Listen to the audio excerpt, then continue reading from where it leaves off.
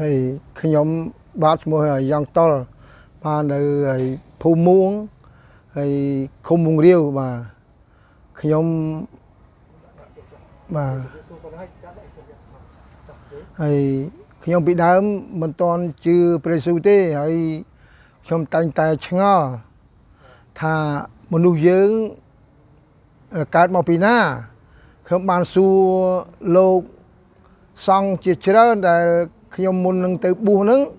នៅពីអាយុជាង10ឆ្នាំហើយជា15ឆ្នាំបាទហើយខ្ញុំបានទៅរៀនធម៌បួសហើយខ្ញុំតែងតែសួរលោកតាថាលោកតាមនុស្សយើងកើតមកពីណាមកហើយគាត់បានឆ្លើយថាអេអញមិនដឹងទេទៅសួរម្ដាយហើយទៅ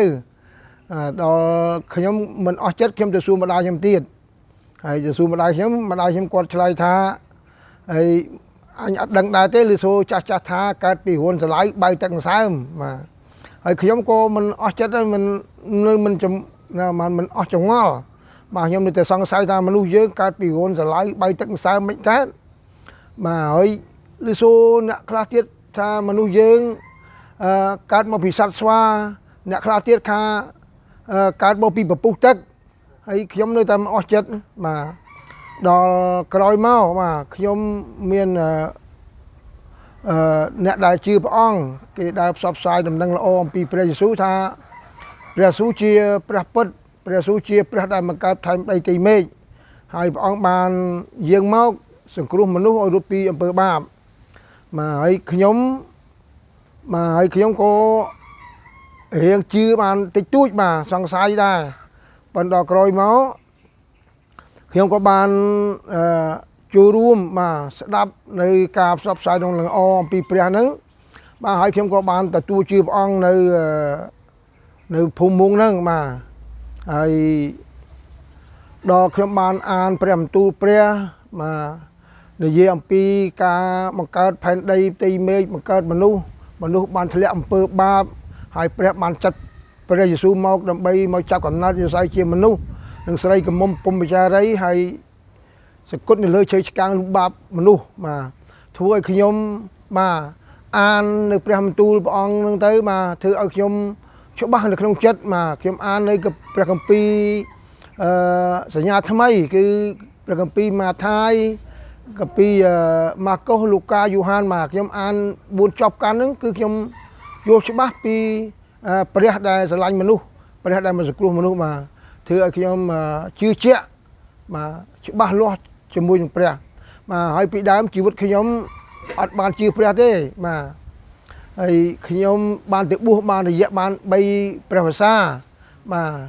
ហើយដល់សឹកមកវិញបាទហើយរស់នៅជាធ្វើជារាជសាមញ្ញធម្មតាហ្នឹងប៉ុន្តែគាត់ថាយើងបានបួសរៀនយើងប្រព្រឹត្តបានល្អតែដល់ពេលសឹកមកវិញយើងអត់បានប្រព្រឹត្តការល្អតាមព្រះបន្ទូលរបស់ព្រះពុទ្ធទេបាទយើងប្រព្រឹត្តការអាក្រក់ជាច្រើនបាទមានស្រីស្រាល្បីស៊ីសងយើងទៅពាក្យចាស់លោកថាស្គូត3បាទហើយខ្ញុំរស់នៅប្រព្រឹត្តការអាក្រក់ជាច្រើនបាទហើយដល់ក្រោយមកខ្ញុំក៏បានប្រែចិត្តទទួលជឿព្រះ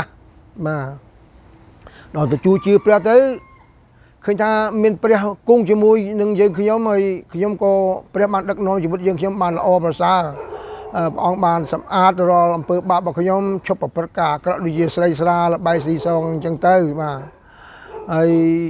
ធ្លាប់តែធ្វើការអាក្រក់ទាំងម៉ានគឺថាព្រះអង្គបានដុសខាត់ខ្ញុំបានស្អាតបាទខ្ញុំជឿព្រះបានរយៈយូរវែងឆ្ងាយដែរបាទ